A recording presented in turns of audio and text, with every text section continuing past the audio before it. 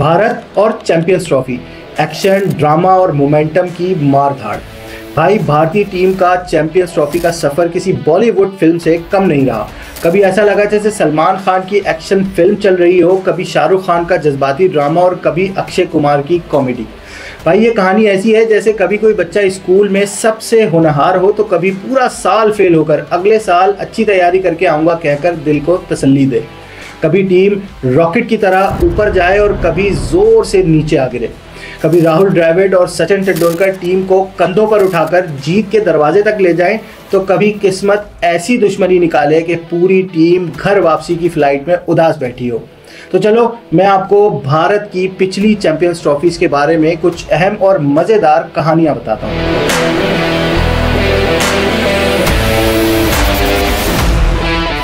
भाइयों, ऐसी ही इंटरेस्टिंग और मालूमाती वीडियोस देखते रहने के लिए हमारे चैनल को ज़रूर लाइक और सब्सक्राइब करें, ताकि हम आपके लिए इस तरह का अच्छा कंटेंट लेकर आते रहें।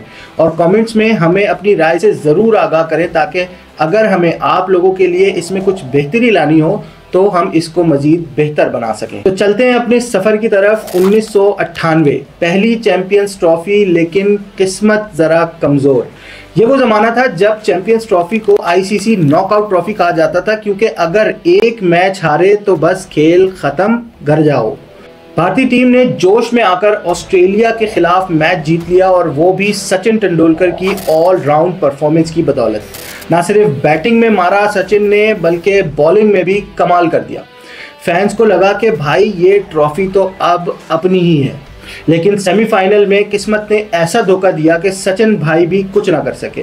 वेस्टइंडीज़ के खिलाफ पहले बैटिंग मिली और भारत ने 241 रन का एक बड़ा स्कोर खड़ा कर दिया। लेकिन फिर कार्ल होपर और ब्रेंड लारा ने भारतीय बॉलर्स को ऐसा घुमाया कि सबके सर चकरा गए। वेस्टइंडीज़ ने मैच जीता और भारतीय टीम सोचती रह गई कि यार ये क्या हो गया। किस्मत ने पहली चैंपियंस ट्रॉफी में ही टीम का साथ छोड़ दिया। और फिर आई सन 2000 की चैंपियंस ट्रॉफी, दादा का राज। लेकिन फाइनल में फिर धोखा हो गया। ये वो साल था जब सौरव गांगुली उर्फ दादा भारतीय टीम के बॉस बन चुके थे। टीम ऐसा खेल रही थी कि हर कोई बोल रहा था भाई अब तो चैंपियंस ट्रॉफी हम ही लेके जाएंगे। ये वो वक्त था जब सौरव गांगुली भारतीय टीम के कप्तान बनकर पूरी टीम की रीब्रांडिंग कर रहे थे। भारत ने पहले जनूबी अफ्रीका के खिलाफ सेमीफाइनल में ऐसी कारकर्दगी दिखाई कि हर किसी को यकीन हो गया कि बस अब तो चैंपियन बनने ही वाले हैं। पहले तो भारत 200 रन से कम स्कोर पर ही फंसा हुआ था, लेकिन गांगुली और राहुल द्रविड़ ने ऐसी धुआंधार बैटिंग की कि प्रोटीज बॉलर्स के हाथ पैर फूल गए। भारत ने 295 का बड़ा स्कोर खड़ा किया और जनूबी अफ्रीका को मैच में वापस आने का कोई मौका ना दिया। फिर जब फाइनल की बारी आई तो सबको लगा कि बस अब एक आखिरी रुकावट रह गई है, लेकिन न्यूजीलैंड ने ऐसा सरप्राइज दिया कि पूरा प्लान चौपट हो गया। गांगुली की 117 रन की ज़बरदस्त इनिंग्स के बावजूद क्रिस केन्स ने भारतीय बॉलर्स की ऐसी क्लास ली कि पूरा स्कोर चेंज कर डाला। भारतीय टीम के लिए ये ऐसा झटका था जैसे कोई नौब्याता दूल्हा शादी के दिन ही ससुराल से बाहर निकाल दिया। और फिर 2002 की चैंपियंस ट्रॉफी, जब बारिश ने दो टीम्स को चैंपियन बना दिया। ये वो चैंपियंस ट्रॉफी थी जहां भारतीय टीम ने अच्छा खेला, लेकिन असल हीरो बारिश बन गई।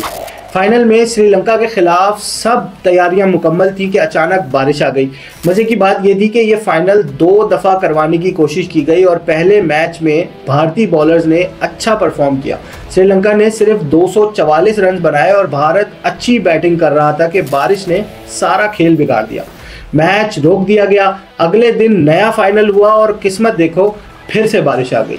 आईसीसी ने सोचा कि ये तो चलने वाला नहीं, तो इन दोनों को ही जीता हुआ मान लेते हैं। और यूं भारत और श्रीलंका मुश्तरका चैंपियंस बन गए। भारतीय फैंस ने कहा चलो भाई जीत तो गए, लेकिन दिल में कहीं ना कहीं ये एहसास ज़रूर होगा कि अगर बारिश ना होती तो सही का मज़ा आ जाता। ये वो पहला और वाहिद टूर्नामेंट था जिसमें 2 टीमों को चैंपियंस बना दिया गया। फिर आया 2004, जब पाकिस्तान ने खेलने ही नहीं दिया इंडिया को।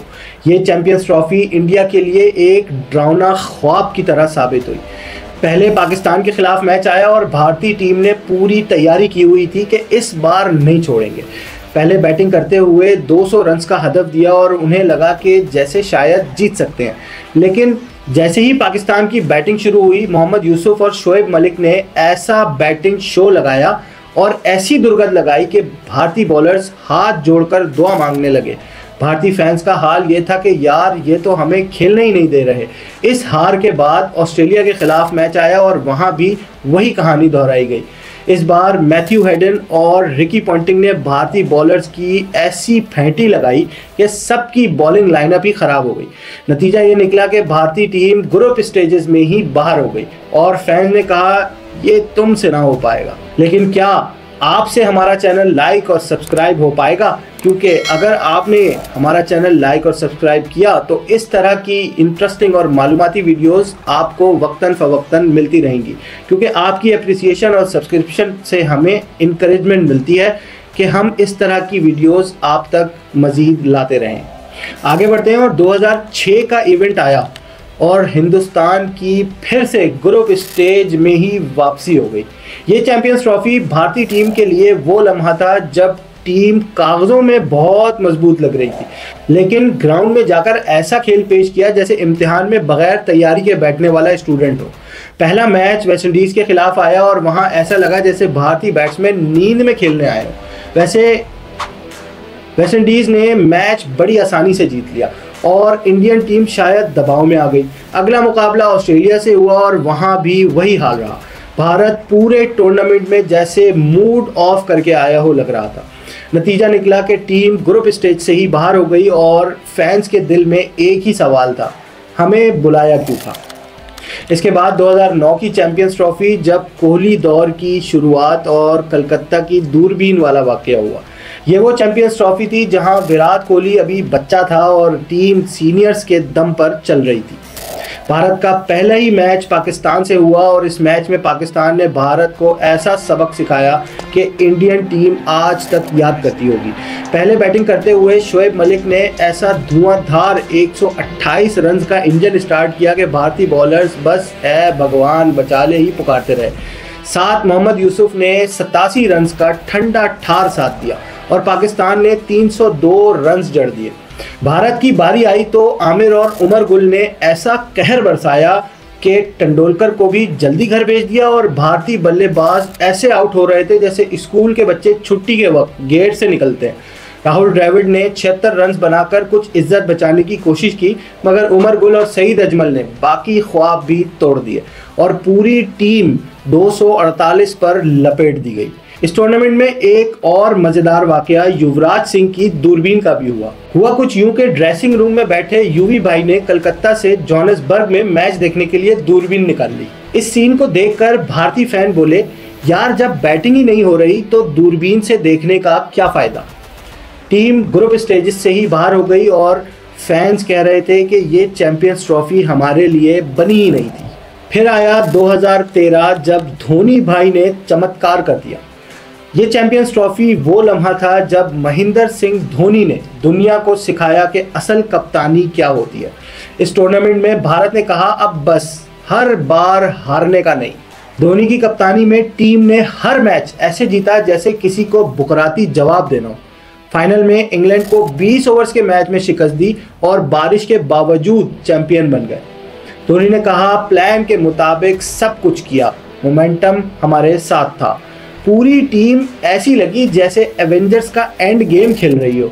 हालांकि फाइनल में युवराज सिंह ने 21 गेंदों पे सिर्फ 11 रन बनाए थे, लेकिन धोनी ने जडेजा को भेजकर गेम ही बदल दिया।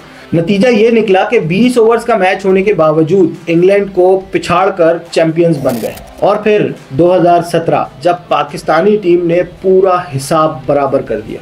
ये वो चैंपियंस ट्रॉफी थी जहां भारत फेवरेट था, लेकिन फाइनल में ऐसा गेम उल्टा पड़ा कि आज भी याद आता है। पहले लीग स्टेज में पाकिस्तान को आराम से धोया और हर भारतीय फैन बोला ये टीम तो फिर हारेगी, लेकिन फाइनल में पाकिस्तान ने 339 रन जड़ दिए और फखर जमान ने ऐसी सेंचुरी मारी कि भारतीय बॉलर्स की कांपे टांग गई। में कांपे टांग रही है। और फिर मोहम्मद आमिर ने विराट कोहली को ऐसे आउट किया कि वो आज भी शायद सोचता होगा यार मैंने वो शॉट खेला क्यों था। और यूं भारत को ऐसा झटका लगा कि पूरी टीम बिखर गई। नतीजा निकला कि भारत 339 के टारगेट के सामने 180 रन्स पर ऑल आउट हो गया। हर भारतीय फैन का हाल, यार ये क्या हुआ, हमें तो बताया था कि हम जीत रहे हैं, ये तो हमारे साथ सही का धोखा हो गया। अब 2025 की चैंपियंस ट्रॉफी पाकिस्तान में है, लेकिन भारत के मैचेस पाकिस्तान की जगह दुबई में होंगे, क्योंकि भारतीय टीम ने पाकिस्तान आने से इनकार कर दिया है। शायद इतना डर गए हैं कि होम ग्राउंड में अगर पाकिस्तान से खेला तो कहीं दोबारा मुंह की ना खानी पड़ जाए। अब न्यूट्रल वेन्यू पर रोहित कुछ कर पाएगा या नहीं, ये तो बहुत जल्द पता चल ही जाएगा। बज़ाहिर तो लगता है कि इंडिया फेवरेट है, लेकिन ये वो महाज है जहां बड़े बड़े अपसेट होते हैं। अब मैं आप लोगों से इजाज़त चाहूँगा, लेकिन जाने से पहले मैं आप लोगों से पूछना चाहता हूँ कि आपको हमारा ये चैनल कैसा लगा।